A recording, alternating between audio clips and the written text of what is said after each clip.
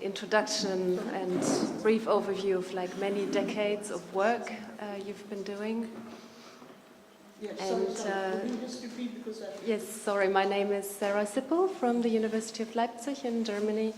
And yeah, first of all, thank you very much for taking us, giving us a very, very concise overview of many, many decades of your work. That is very, very impressive. And well, I mean, there are lots of questions, I guess, that one could ask, but one immediately came to my mind now on this note that you ended with when you said, like, there is now a united struggle between many different people that maybe before would not have necessarily come together, and also like the struggle is not really being reported on in the media. So I was wondering, what do you say? Like you said, the situation has become so bad, but then maybe you could elaborate a little bit more on what has really inspired this struggle, and what are the key means of organization? So how do people really organize then to come together? How do they do this? Are there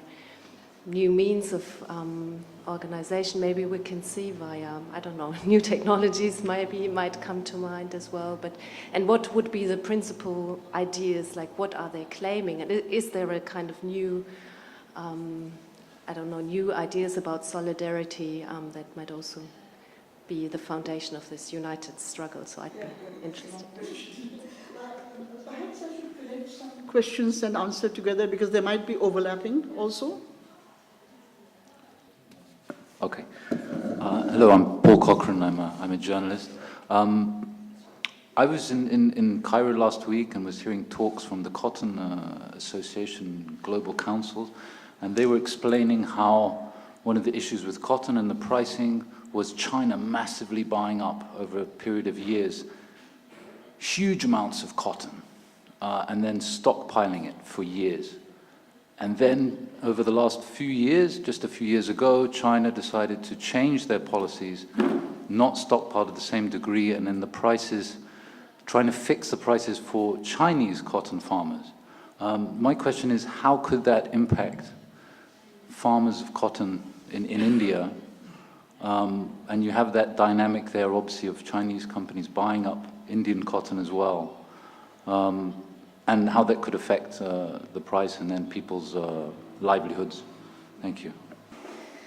Hi, my name is Joanne. I'm a graduate student in history, economic history, perhaps, on border of social and economic history. And what the last question brings to my mind is, what are the limits of these struggles if we keep conceiving of them within the nation state? Sort of, here's the Chinese state thinking of the interests of the Chinese peasants and damaging the interests of the Indian peasants. So thinking of states as modes of collective action, here's collective action by Chinese peasants harming Indian peasants as a group. And so what are the hopes for the internationalization of these struggles, given the fragmentation of our current global politics? Thank you.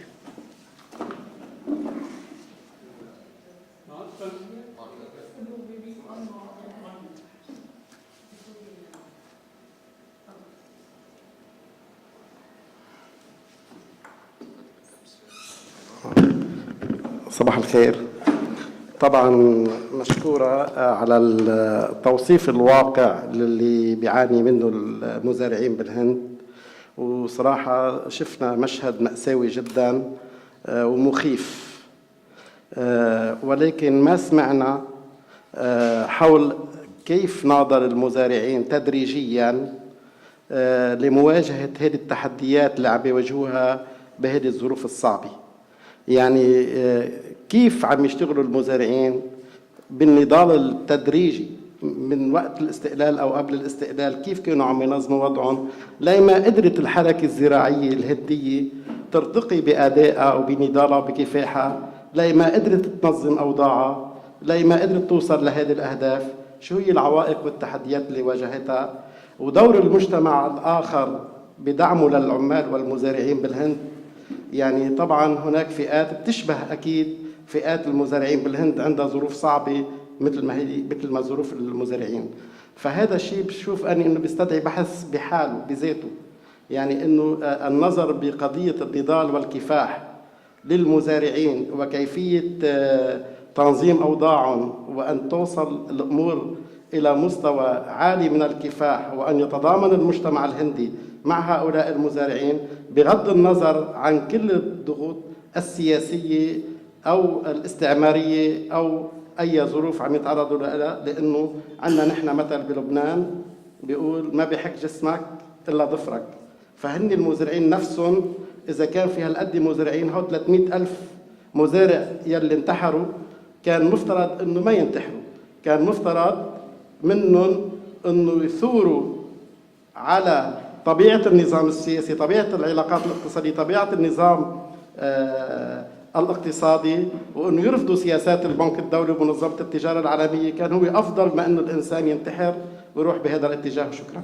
Thank you for the questions. I think some of them are overlapping, particularly the first question and the last question, which is really to do with what has inspired the struggle. Why did they commit suicide? Why did they not get together earlier? And what are the new forms, if any, of organization? Were the local communities supporting them and so on? So let me answer that first. Firstly, we have to understand that it takes time when farmers are under attack for them to understand why this is happening. It takes time for even the urban intellectuals to realize why it is happening. And it takes time for this to percolate down to the organized movements, particularly the movements of the left. So I think for something like at least almost 10 years after the suicide started, even those within the organized left thought that this was a temporary phase, that it's a bad phase we are going through, but it will stop. Because they did not understand that the underlying policies had changed so much, that there was such a concerted attack on the entire productive base of agriculture and on the peasantry from all sides. Withdrawal of price support, withdrawal of cheap credit, exposing farmers to global ups and downs of prices from every side, then acquisition of their land without adequate compensation, displacement on a huge scale. It took them time to realize that the nature of the state itself had changed. So these are very difficult and overall important questions, because 40 years of Nehruvian dirigism had introduced, I think, a certain amount of complacency, that everything was going to go on the same way as before. And people did not understand the seriousness of the attack which was being posed by neo-imperialism. They really did not, And particularly if you had not studied the developments of the colonial period, you would not have been able to see the parallel between what had happened before independence and what was happening now. So there was very large degree of underestimation of the extent of adverse impact on the peasantry. And as far as the farmer suicides are concerned, those particular farmers felt abandoned and hopeless because nobody was highlighting their problems. It did not figure in the media anywhere. Even the organized political parties thought it was a temporary phase. They were being constantly harassed by the moneylenders. And to a very large extent, you see, people don't understand that farmers have a certain amount of self-respect. They don't like being told that you are not able to pay your debts. Now, if they had simply ignored this attack on their self-respect, if they had very thick skins, then they would not have committed suicide. But the idea that the society is looking at you and saying that you're an incompetent person, you take loans, you're not able to pay back. I mean, this is a tremendous psychological impact, And I can tell you that I visited houses, the households of farmers who had committed suicide in Kerala, This happened almost a decade after the cotton farmer suicides, because in Kerala produces a lot of tea and coffee and spices for export. It has always been a highly export-oriented agriculture. So when the price support was taken away, for some years they did very well because the global prices for their products were rising. But when the prices crashed, all over northern Kerala you see houses which are half built and then abandoned because they could not afford to complete them, and farmers who found that they could not repay debt. So the head of the household, usually the man, had committed suicide. And then you had a spin-off where adolescent daughters started committing suicide also, because in our kind of patriarchal society where these patriarchal norms still prevail, the daughter feels a burden on the family, that she's a burden, she has to be married off, even in a highly educated state like Kerala. So I would look into the eyes of these teenage girls, and one couldn't look at them for very long because they looked so lost.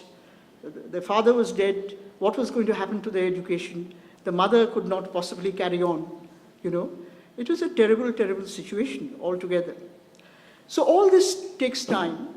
As I've said, even the media actually took a lot of time to wake up to the problem, and even now it is not highlighting it sufficiently. But the reason that there is a slow awakening of the farmers to the point that roughly about 5 years ago, there was a big movement in a state called Maharashtra.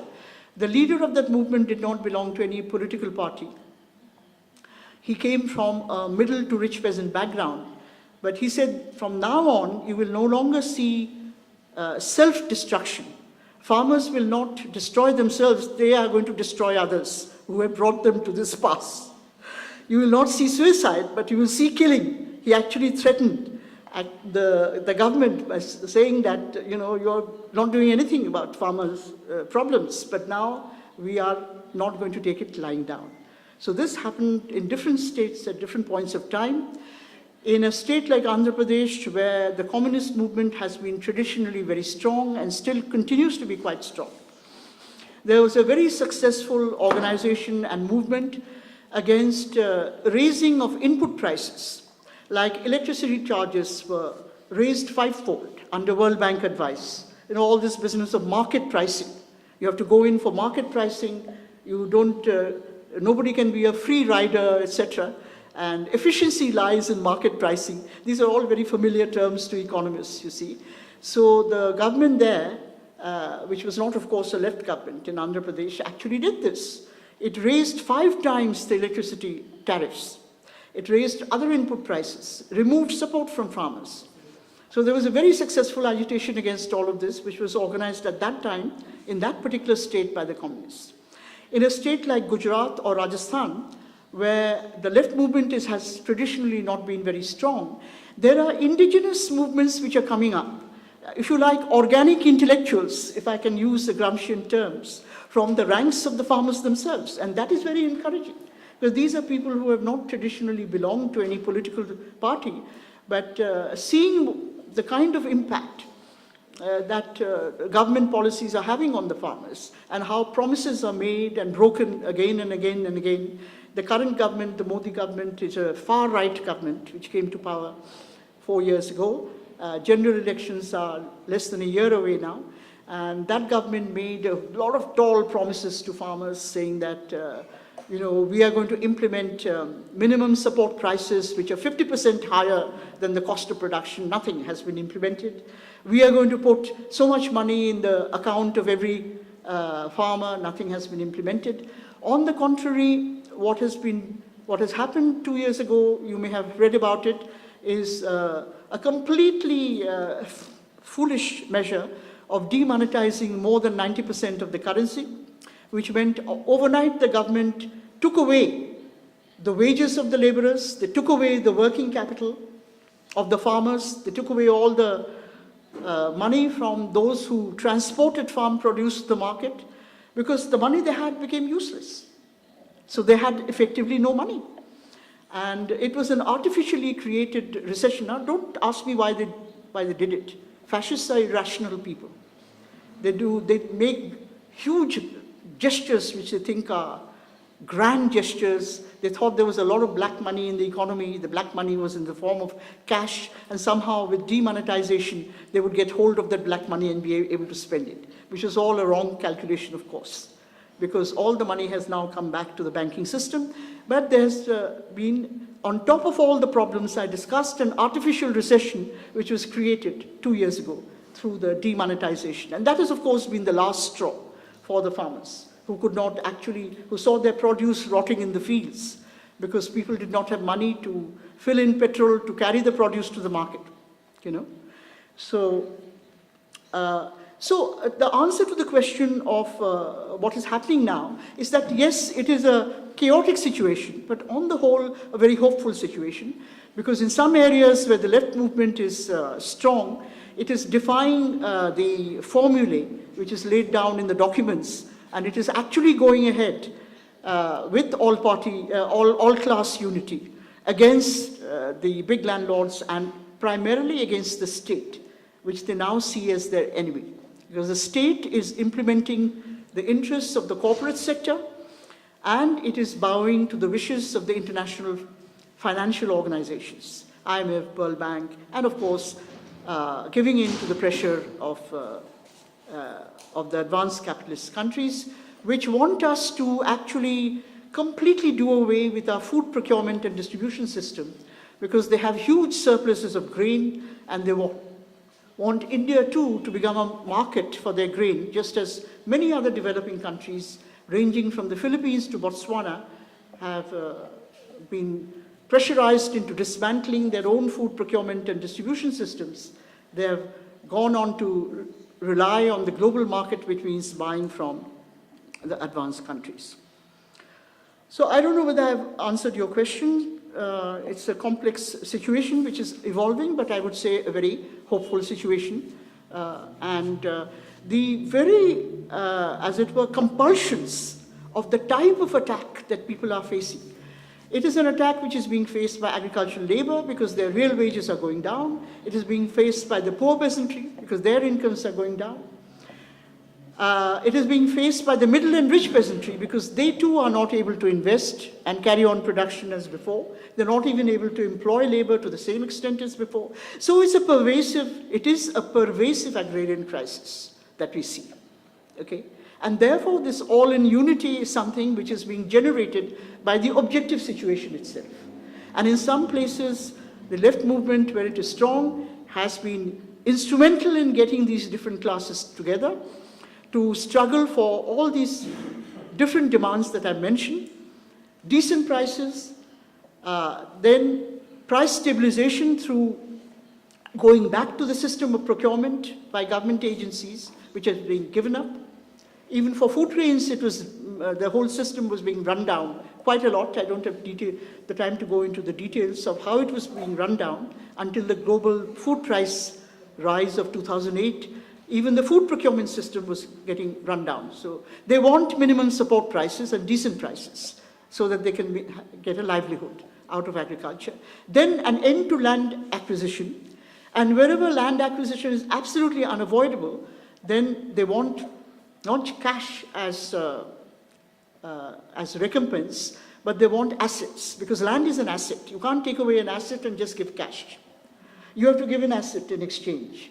And that is the demand that we are all sort of telling the peasant organizations, the left ones as well as the non-left ones, that they should not take cash recompense where they think that giving up land is unavoidable, but they should ask for assets. They should ask for equity in the companies which are being formed. Or in the case of real estate development, they should ask for buildings which are appreciating in value over time, not just cash which depreciates with inflation, you know. Okay, so I think I'll go on to the other questions.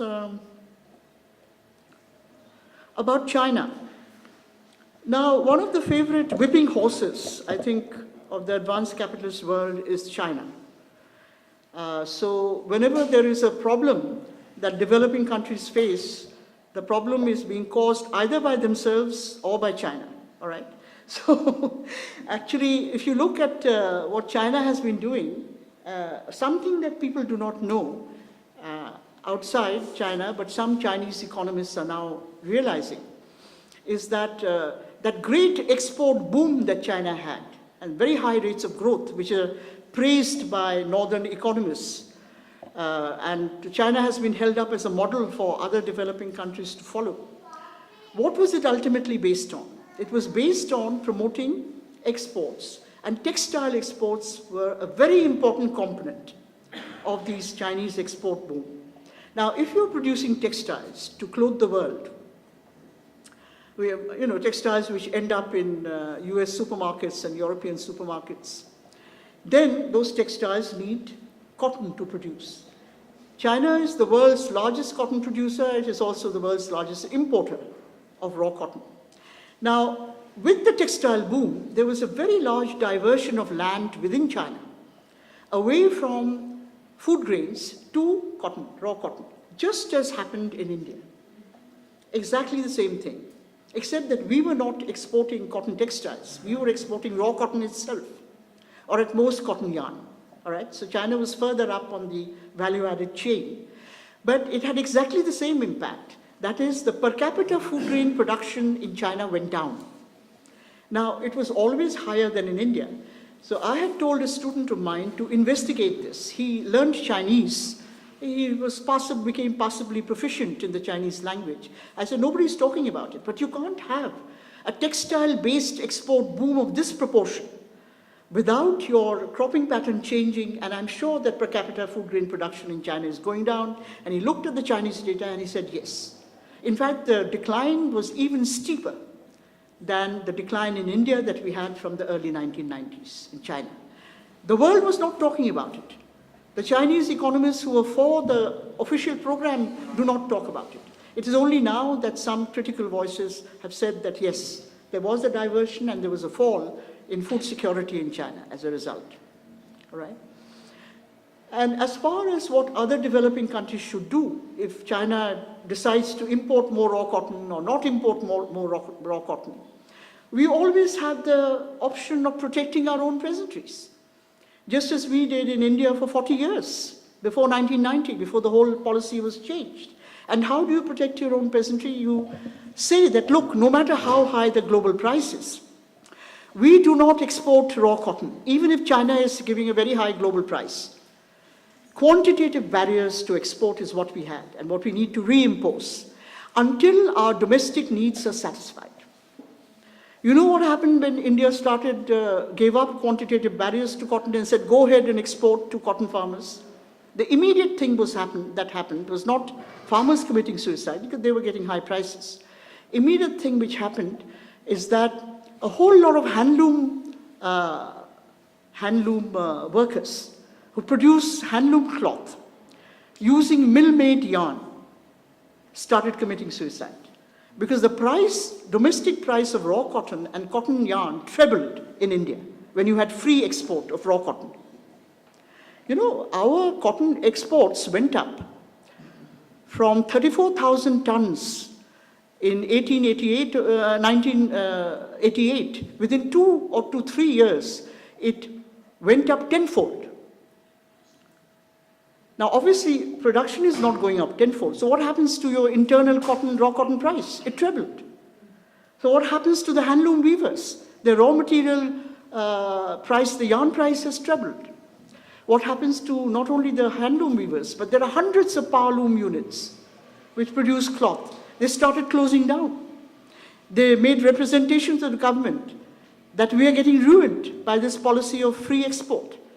So finally, the government gave a subsidy to yarn to make it cheaper for the domestic producers.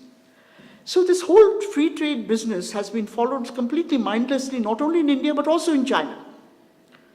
And nobody talks about the adverse impact on the domestic producers at all. Now, what we need to do is to say that until you meet the need of your domestic yarn producers and your domestic textile producers, no export of raw cotton. And that every government has the freedom to do, provided they have the spine to do it. If you buckle down before every demand that comes from outside, then nothing can help you except a change of government. So ultimately, we are heading towards that, but that will take some time. And that will only happen when it becomes clear to everybody that the present government is incapable of protecting its own population against the depredations of this kind of, these kinds of policies. Now, the other interesting question in the end in Arabic included what kind of support did these movements get from the local community and from other classes?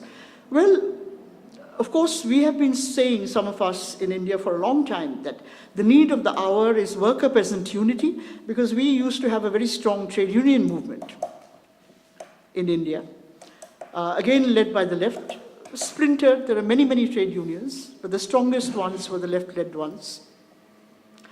And generally, the trade union movement and the Kisan Sabha, the farmers' movement, did not have joint action. You know, the trade unions had their own actions and the peasants had their own actions. Now what you're seeing is that they have joint action. So the farmers' movement that I'm talking about, which happened in September, which is going to take place, has trade union support as well. So the trade unions and the farmers' organizations are coming together. The trade unions have taken a beating as well, owing to neoliberal policies. So yes, I mean, unity is breaking out all over the place, and that is a good indicator. Thank you. I'm afraid we'll have to stop this session. I'm sure there are many questions, but you'll be able to ask them in the breaks. And I invite Ali Kadri to come straight away. We'll have Nahon. You come here. Ali Kadri is going to be held to tighter time, but we will have an hour now, and then we will have the coffee break just for 15 minutes. So we're running late, but we can catch up by having a shorter lunch break.